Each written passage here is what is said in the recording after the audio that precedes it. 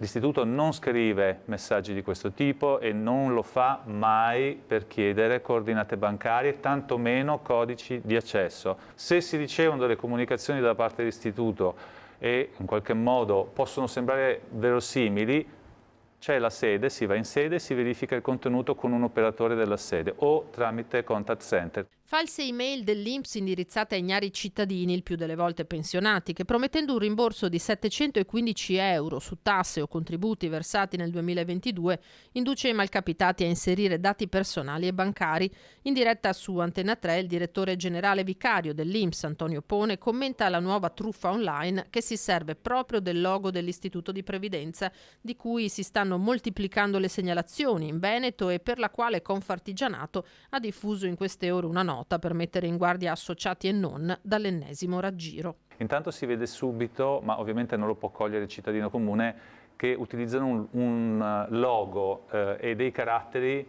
che non sono corrispondenti a quelli dell'istituto. E poi quando si fanno questo tipo di comunicazioni si cerca sempre di portare il cittadino a condividere le informazioni relative al proprio conto corrente e in particolare i codici di accesso. Quindi la cautela che si raccomanda in questi casi è di avere molta prudenza. L'INPS non è il solo ente di cui viene usato in maniera fraudolenta il nome per truffare e derubare i cittadini. Di certo è uno dei più sfruttati dai malintenzionati, trattando per la natura stessa del servizio che eroga dati sensibili della popolazione, tanto da avere nel proprio portale istituzionale una pagina dedicata in maniera specifica a questo fenomeno. C'è un espandersi di questo tipo di fenomeni, l'istituto riceve via via le segnalazioni e le gira alla polizia postale, con cui c'è un rapporto di collaborazione consolidato. Sono comunicazioni che non hanno nessun tipo di collegamento con l'istituto e che sono solo finalizzate ad avere i vostri dati bancari.